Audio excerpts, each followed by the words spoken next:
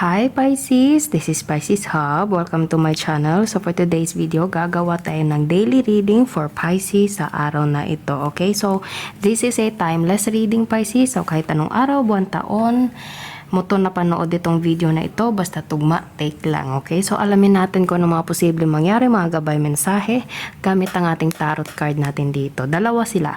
Okay? So,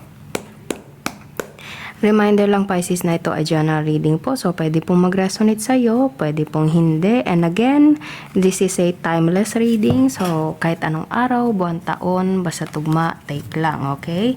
And welcome po ang lahat ng gender, babae, lalaki, LGBT, at pwede po ito sa feminine or masculine energy. Okay? So, kahit sino, basta tugma sa'yo, take lang. Okay? Or yung dinidil mo. So, pwedeng ikaw si Pisces, pwedeng yung dealing with Pisces. Okay? So, again, basta tugma, take lang. Okay? So, shuffle muna natin tong isa nating tarot card. Ooh! Okay, nag-flip siya. So, there's a great fortune. Merong financial. Pwede din siyang parang upgrade sa buhay, financial, parang ganon, okay? Or kahit ano na makakatulong sa'yo sa pag-angat sa buhay, Pisces. So, kitang-kita nyo, nag-flip siya. Okay? Great fortune. Lumabas to nung nakaraan kahapon yata, nung previous video natin, Pisces. Check nyo na lang po, okay? Shuffle muna natin to. And alamin natin kung ano yung magiging gabay advices ng ating mga tarot cards for Pisces na nanonood ngayon sa araw na ito. Okay. So, ano po yung message niyo po for Pisces sa araw na ito? Ano po yung great fortune? Pisces. Sudden wealth. Kanina lumabas yung great fortune, tas ito sudden wealth, Pisces. So merong mana, merong karangyaan, merong generational wealth, merong financial, merong upgrade sa buhay, merong blessing, Pisces. Okay? Nakikita nyo yan, no? Ginto. Ayan, no? May mga coins.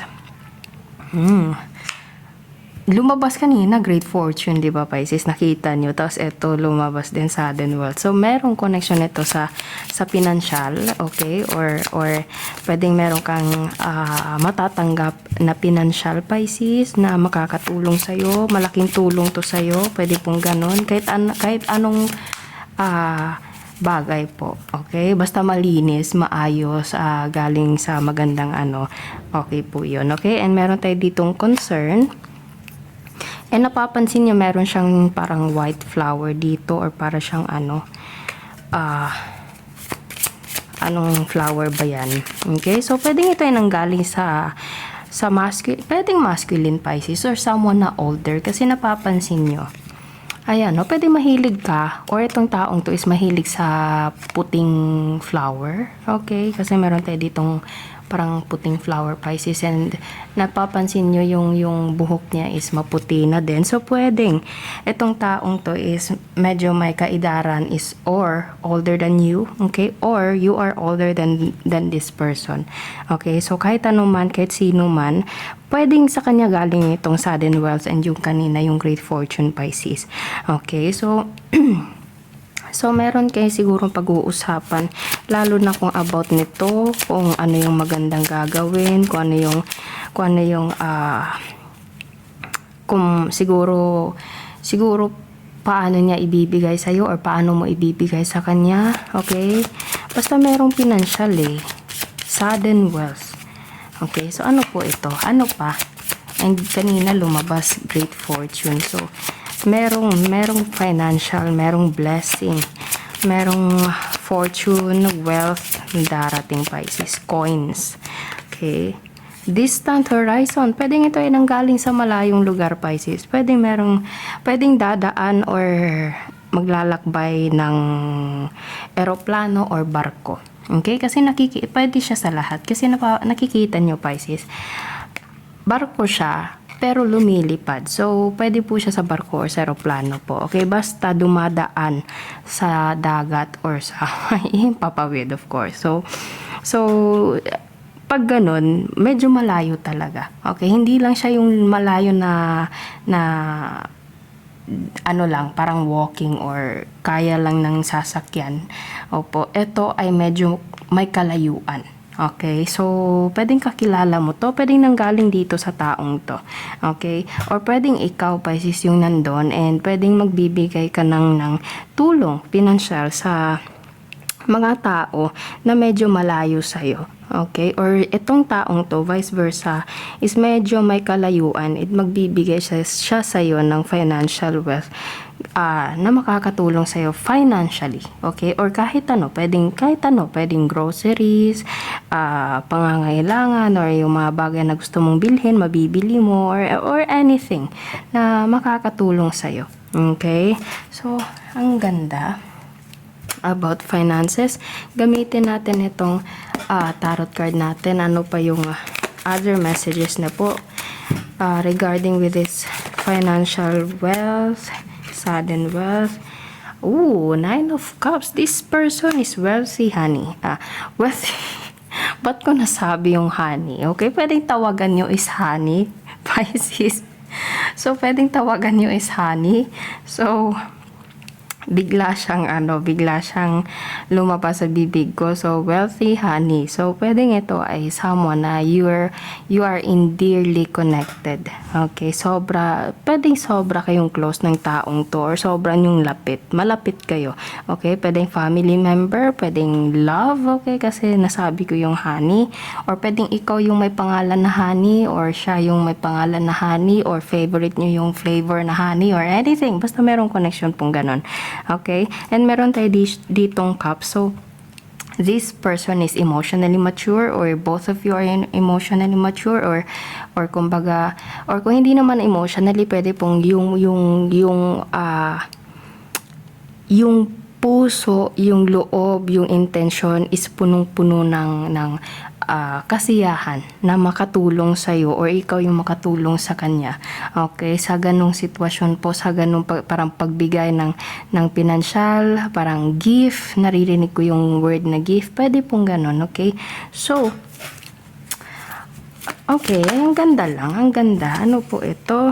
Oh, merong connection sa travel, Pisces. Okay, the Chariot. The Chariot is travel. And napapansin nyo, meron tayo ditong distant horizon. So, this person or you is meron talagang kalayuan. Okay, pwedeng siya yung magta-travel towards you. And pwede ding parang gusto nyo na anong tawag nito?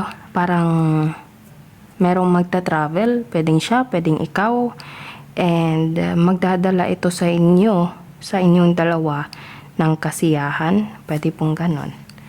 Okay? So, sige pa. Wait lang, may nag-flip dito, 10 of Swords.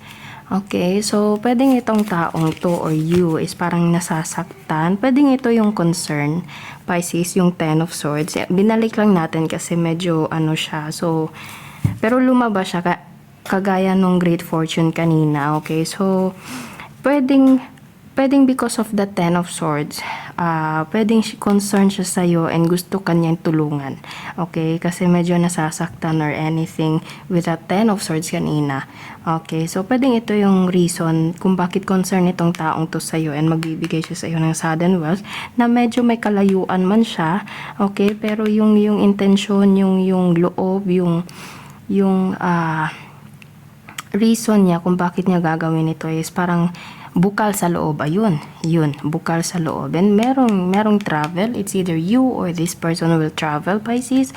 Or pwedeng kailangan talaga, medyo malayo Malayo. Okay, so ano pa? Kukunin ko ba to? Hindi. Sige. 3 of Wands, Pisces, medyo may kalayuan talaga kayong dalawa ng taong to. Kasi napapansin nyo sa card na to, nandito siya sa lupain na nandito. And may dagat, may barko, ayan oh. May barko. Tapos may tinatanaw siyang ibang, ayan, lupa. Pwedeng ibang bansa to, Pisces, okay? Ibang bansa or pwedeng nasa isang bansa lang din pero kailangan talaga na dumaan sa dagat or kailangan gumamit or sumakay ng barko or eroplano, ganun po, okay? So, pwede pong ganun. Or, meron akong nakikita dito, Pisces, na posibleng merong connection sa financial na concern sa traveling. Pwedeng merong travel. Okay, medyo may ano lang sa financial pero kaya naman, ano naman, hindi naman yun yung issue na ano kasi kaya naman yung financial na pang travel, okay, pwedeng pang ticket sa airplane or sa barko, okay, sa pag-travel, pwede pong ganon. Pero gusto niya or gusto mo talaga na magkita kayo kasi the chariot and the distant horizon is connected sa isa't isa. Travel. Okay, malayong lugar travel. And meron pa tayo, nasundan pa tayo nitong 3 of Wands which is, nakikita nyo, may distance talaga. Yan, ayusin muna natin to. May distance talaga itong taong nakatayo dito. And yung, may hawak siyang 3 wands, Pisces. Okay, may hawak siyang 3 wands. So, desidido, gusto niya, porsigido siyang, or pwedeng ikaw na gawin ito. Okay, so pwedeng merong magta-travel towards you or ikaw yung magta-travel ng towards this person or pwede ding merong kang matatanggap na opportunity na magdadala sa'yo ng sudden wealth. And pwedeng ito yung merong connection sa malayong lugar na posibleng magta-travel ka doon. Pwede pong opportunity to. Okay, so merong maraming mga possibilities sa reading natin dito, Pisces. Pero ang ano nito, parang buod ng ating reading is there's a distance, hindi siya distant but distance, so medyo malayo, may distansya, and pwedeng merong connection sa traveling, merong sudden wealth, merong karangyaan, merong opportunity, merong financial upgrade, financial help, okay? Lalo na lumabas yung great fortune kanina, okay? Na pwedeng nanggaling sa taong to. This person is concerned to you kasi kanina lumabas yung parang 10 of swords, okay? So, pwedeng gusto kanyang tulungan or makakatulong to sa'yo, Pisces, or makakatulong to sa inyong dalawa. Yun. Okay, so maraming possibilities pero kayo na po kung saan mag-resonate, take nyo lang po, okay? So, pwedeng you dealing with another water sign, Pisces, Cancer, Scorpio. Meron tayo ditong Cancer, meron tayo ditong water sign, and pwedeng you dealing also with a fire sign, Aries, Leo, Sagittarius, or earth sign, Taurus, Virgo, Capricorn, okay? So, yun po ang ating reading for Pisces sa araw na ito. Naway nagustuhan nyo po. Huwag nyo po sanang kalimutan na mag-like at mag-subscribe po sa ating channel and click the bell button para ma-notify po kayo sa next videos na i-upload natin, okay? So, thank you, Pisces, and God bless!